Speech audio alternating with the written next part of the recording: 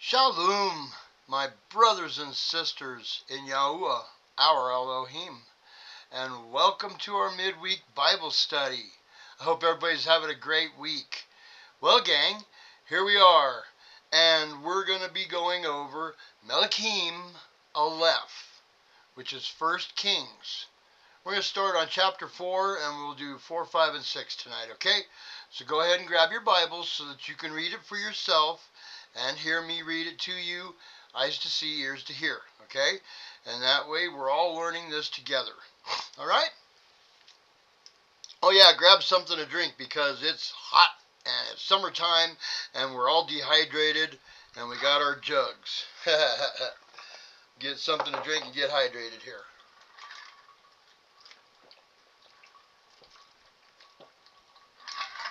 All right. Oops. Hang on to my lid. All right. Ready to go?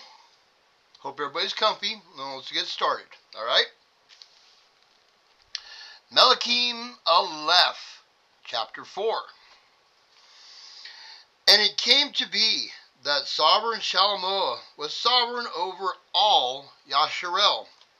And these were his chief officials: Azariahu, son of Tisdoc the priest, Eliahoreph and Ahiah, sons of Shisha, scribes, Jehoshaphat, son of Ahilud, the recorder, and Benayahu, son of Jehoiada, over the army, and Zadok, and Abiathar, the priests, and Azariahu,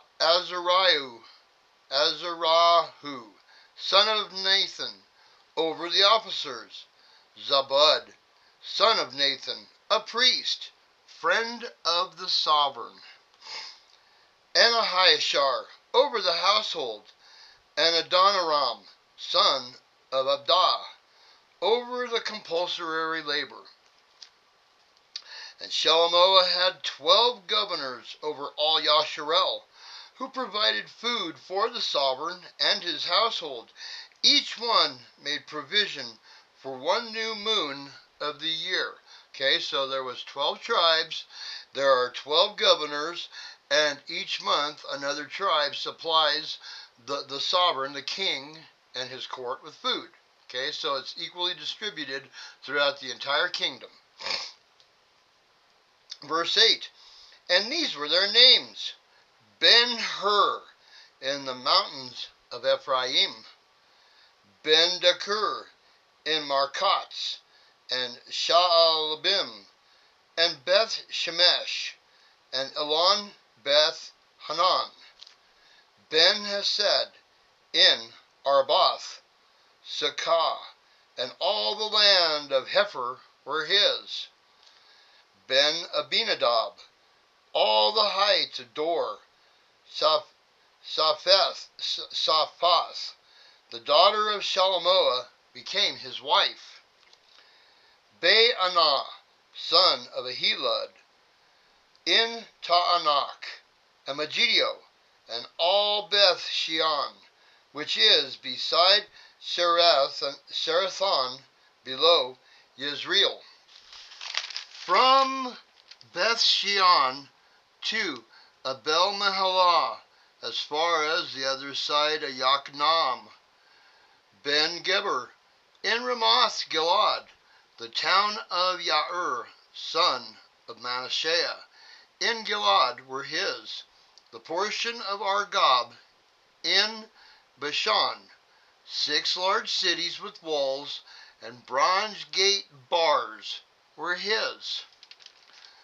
Ahinadab, son of Adado, in Mahanaim, Ahimaatz in Naphtali. He also took Basemath, the daughter of Shalomoah, as his wife. Baanah, son of Hushai, in Asher, and in Eloth. Jehoshaphat, son of Parvah, in Yeskar. Shimei, son of Elah, in Benjamin. Geber, son of Arai, in the land of Gilead, in the land of Sihon, sovereign of the Amorites, and of Og, sovereign of Bashan. And one governor was in the land. Remember who Sihon and Og were? Yeah, they were giants. They were Amorites. Yeah. Verse 20. Yehuda and Yasharel were as numerous as the sand by the sea, eating and drinking and rejoicing. So everybody in Yasharel and in Yehuda were having a great time. Everybody had plenty to eat, everybody had plenty to drink, and everybody was living in peace. Wow, imagine if that was the way it was today. Wouldn't that be cool? Oh man, everybody just got along and kind of was all on the same path. That'd be awesome. Verse 21, and Shelomoh was ruling over all reigns, from the river to the land of the Philistines, as far as the border of Mitzrayim. They did task work and served Shelomoh all the days of his life. And Shelomoh's food supply for one day was 30 cores of fine flour and 60 cores of meal. Okay, there in the back of the scriptures is a table that gives you the measurements and how to figure them all out. Okay, it's in the back of the scriptures Bible. What I've got here is 50-gallon barrels, 220 liters of flour, and 20 gallons of meal is the numbers I came up with. Okay, go ahead and do your own math and see what you come up with. I don't know. You tell me what you got. Verse 23, 10 fatted cattle, and 20 cattle from the pastures, and 100 sheep, besides deer, and gazelles, and roebucks, and fatted fowl. There's a lot of food coming through there, ain't there? Verse 24, for he was ruling over all on this side of the river, from Tisah even to Azah, over all the sovereigns on this side of the river. And he had peace on all sides round about him. And Yehuda and Yasharel dwelt safely, each man under his vine and his fig tree, from Dan as far as Beersheba, all the days of Shelomoh. And Shelomoh had 40,000 stalls of horses for his chariots, and 12,000 horsemen. And these governors, each one in his new moon, provided food for sovereign Shelomoh and for all who came to the table of sovereign Shelomoh. There was no lack in their supply. Plenty to go around. Verse 28, look at the prosperity. Look at the prosperity, the blessings that Yahuwah is giving these people. He's providing everything for them because they're following what they're supposed to be doing. Everybody's following Torah. They're all being good people. So they're being blessed incredibly. There's not a lack of anything. Verse 28, they also brought barley and straw to the appointed place for the horses and steeds, each one according to his right ruling. And Elohim gave Shelomoh exceeding great wisdom and understanding, and largeness of heart, like the sand on the seashore. And Shelomoh's wisdom excelled the wisdom of all the men of the east, and all the wisdom of Mitzrayim. For he was wiser than all men, than Eathan, and the Ezahite, and Hermon, and Calcal, and Darda, the son of Maal, and his name was in all the nations round about. And he spoke 3,000 proverbs, and his songs were 1,005. And he spoke of trees, from the cedar tree of Lebanon even to the hyssop that sprung out of the wall. And he spoke of beasts, and of birds, and of creeping creatures, and of fish. And there came from all peoples, from all the sovereigns of the earth who had heard of his wisdom, to hear the wisdom of Shelomoh. Sounds like pretty good times, huh? Doesn't seem like there was any strife. It seems like everybody was pretty happy. Chapter 5. And Haram, sovereign of Sor, sent his servants to Shalmaneser, because he heard that they had anointed him sovereign in the place of his father, for Hiram had always loved David. And Shalmaneser sent to Hiram, saying, You know my father David was unable to build a house for the name of Yahuwah his Elohim, because of the battles which were all around him, until Yahuwah put them under the soles of his feet. But now Yahuwah my Elohim has given me rest all around. There is neither adversary nor evil incident. And see, I intend to build a house for the name of Yahuwah my Elohim, as Yahuwah spoke to my father David, saying, Your son, whom I set on your throne in your place, he does build the house for my name. And now command that they cut down cedars for me from Lebanon, and let my servants be with your servants, and let me pay you wages for your servants according to whatever you say. For you know there is none among us who knows to cut timber like the Tostonians. And it came to be, when Hiram heard the words of Shalmaneser, that he rejoiced greatly, and said, Blessed be Yahuwah this day, for he has given David a wise son over this great people. And Hiram sent to Shalmaneser, saying, I have heard that which you sent me. Let me do all your desire concerning the cedar and cypress logs. Let my servants bring them down from Lebanon to the sea. Then I put them in rafts by sea to the place you direct me, and I shall spread them out there.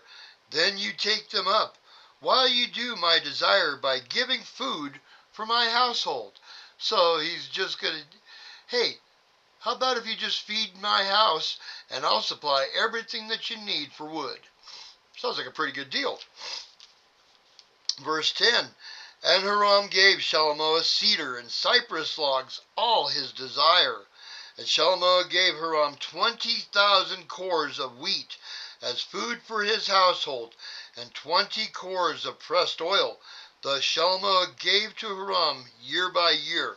So according to my calculations, let's see here, 20,000 cores of wheat is equal to 440 liters of wheat, which are 20,055 gallon drums of wheat. Okay, this is for a year. And 20 cores of pressed oil comes out to be 20 55-gallon drums of pressed oil. Okay? That's what I came up with. You guys do the math and see what you come up with. I am not a mathematician. That's just what I got. Alright, verse 12. And Yahuwah gave Shalmaneser wisdom, as he promised him. And there was peace between Hiram and Shalmaneser, and the two of them made a covenant. And sovereign Shalmaneser raised up compulsory labor out of all Yasharel, and the compulsory labor was 30,000 men. And he sent them to Lebanon, 10,000 per new moon by courses. They were 1 new moon in Lebanon, 2 new moons at home. And Adnoram was over the compulsory labor, so he had 30,000 people working for him, going up and back from Lebanon, cutting all this wood and stuff, but he rotated them around. He had 10,000 at a time going up to Lebanon, and then 20,000 being at home. And he rotated them around every new moon. Okay? So it sounds to me like that'd be a pretty good gig. You'd work, 30 days on, and then have 60 days off? No. Yeah. The way they rotate them around, 10,000 at a time. So you get 2 months off, 1 month on. Not bad. Cool to find jobs like that, huh? Verse 14. And he sent them to Lebanon. 10,000. Oh, we read that. Sorry. Verse 15. Yeah, gotta keep my finger where it needs to be. And Shalmaneser had 70,000 bearing burdens, and 80,000 hewing stone in the mountains, besides 3,300 from the chiefs of Shalomo's deputies who were over the work, those ruling over the people who labored in the work. He had quite a workforce. Verse 17, and the sovereign commanded, and they brought large stones, precious stones, to lay the foundation of the house with hewn stones. And Shalomo's builders, and Hiram's builders, and the men of Gebal did hew and prepare timber and stones to build the house. Chapter 6. And it came to be in the 480th year after the children of Yasharel had come out of the land of Mizraim, in the 4th year of the reign of Shalomo over Yasharel, in the new moon of Ziv, which is the 2nd new moon, that he began to build the house of Yahuwah. And the house which sovereign Shalomo built for Yahuwah was 60 cubits long, and 20 wide, and 30 cubits high. There again, refer to the conversion chart in the back of the scriptures. I came up with 90 feet long, 30 feet wide, and 45 foot high. Those are the numbers I came up with. Verse 3. And the porch at the front of the hekal of the house was 20 cubits long, which comes out to about 30 foot, according to the breadth of the house, and its width 10 cubits from the front of the house, so about 15 feet. And he made for the house windows with narrowed frames, and against the wall of the house he built rooms all around, against the walls of the house, all around the hekal, and the speaking place. Thus he made side rooms all around. The lowest side room was 5 cubits wide, and the middle one was 6 cubits wide, and the third one was 7 cubits wide. For he made narrow ledges around the outside of the house, so as not to lay hold on the walls of the house. And the house, when it was being built, was built with finished stone, made ready beforehand, so that no hammer or chisel or any iron tool was heard in the house while it was being built. So they prefabbed everything before they put it together, away from the house.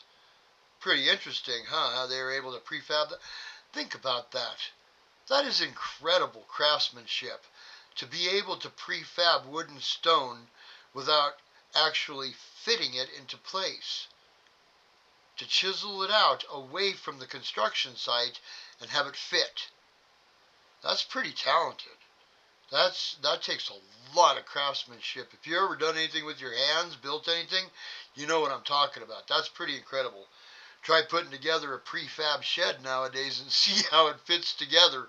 Yeah. Verse 8. The doorway from the middle side room was on the right side of the house, and they went up by stairs to the middle side rooms, and from the middle to the third. So he built the house and completed it, and he paneled the house with beams and boards of cedar. And he built the side rooms of the structure against all the house, each 5 cubits high, and they were fastened to the house with cedar beams. So there wasn't any stone showing. They paneled everything inside of the temple. Everything was paneled with cedar. Wow, that takes some work, you know. Think about it. Verse 11.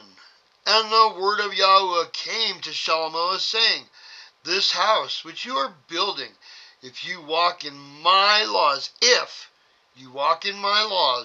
and do my right rulings, and shall guard all my commands and walk in them, then I shall confirm my word with you, which I spoke to your father David, if and when.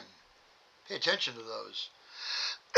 Verse 13, and shall dwell in the midst of the children of Yasharel, and not forsake my people Yasharel. So Shalomo built the house and completed it. And he built the walls of the house inside with cedar boards.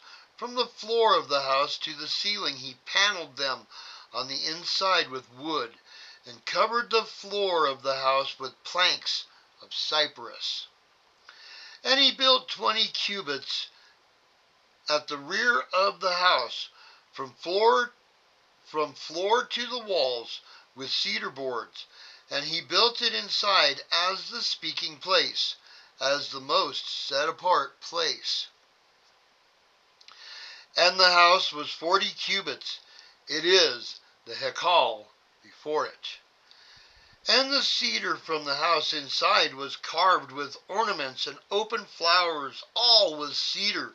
Not a stone was seen. So everything was paneled. And he prepared the speaking place in the midst of the house, to place the ark of the covenant of Yahuwah there.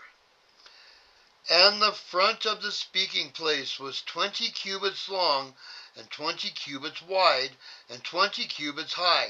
And he overlaid it with refined gold, and overlaid the slaughter place of cedar. So 20 long, 20 wide, 20 high is approximately 30-foot cubed. Okay, that gives you an idea of the size of that. These are all my mathematicals, so if you've got those conversion charts, check them out for yourself. Verse 21, and Shlomo overlaid the inside of the house with refined gold, and made gold chains pass over the front of the speaking place, and overlaid it with gold. Thus he overlaid the entire house with gold, until the entire house was completed. And the entire slaughter place that was by the speaking place he overlaid with gold. And inside the speaking place he made 2 cherubim of olive wood, 10 cubits high, so about 15 feet tall. These are not small. They're big. Verse 24, and one wing of the cherub was 5 cubits, and the other wing of the cherub was 5 cubits, 10 cubits from the tip of one wing to the other tip of the other. And other cherub was 10 cubits. Both cherubim were of the same size and shape. The height of one cherub was 10 cubits, and so was the other cherub. And he placed the cherubim in the midst of the inner house, and they stretched out the wings of the cherubim, so that the wings of one touched one wall, and the wings of the other cherub touched the other wall, and their wings touched each other in the middle of the room. And he overlaid the cherubim with gold, and he carved all the walls of the house all around, both inside and outside, with carved figures of cherubim and palm trees and open flowers. And he overlaid the floor of the house with gold, inside and out. And for the entrance of the speaking place he made doors of olive wood, the lintel, doorposts, doorposts of fifth. Excuse me. And the 2 doors were of olive wood, and he carved on them figures of cherubim, and palm trees, and open flowers, and overlaid them with gold. And he spread the gold on the cherubim and on the palm trees. And so he made doorposts for the door of the Hekal of olive wood, a 4th part. And the 2 doors were of cypress wood, the 2 leaves of the one folded, and 2 leaves of the other folded, so they're like French doors. 35. And he carved cherubim and palm trees and open flowers, and overlaid them with gold laid smoothly on the carved work. And he built the inner courtyard with 3 rows of hewn stone, and a row of cedar beams. In the 4th year the foundation of the house of Yahuwah was laid, in the month of Ziv. And in the 11th year, in the month of Bul, the 8th new moon, the house was completed in all its matters, and according to all its plans. Thus he built it for 7 years. And that's the end of chapter 6. Quite a bit going on there, huh? A lot of construction. 7 years worth of construction to build the temple, the first temple. Wow. Can you just imagine the craftsmanship? How beautiful it was walking in there, and all that gold, wow, it'd be stunning. And the smell of that cedar, Oh, I bet it was an incredible thing to encounter. Talk about just absolutely hitting every sense that you have. Sight, smell, everything right there. It'd be really cool. I bet it was a beautiful, beautiful place for Yahuwah. Well, gang, that's all I got for tonight. Bless each and every one of you that are seeking knowledge and wisdom from Yahuwah our Elohim. And teach your children. All right? All right, gang. Thanks for joining me tonight. Thanks for joining me in every study so we can all learn together. Y'all have a great night, and we will see you on Shabbat. Right? All right. Y'all take care, and we'll see you then. Shalom.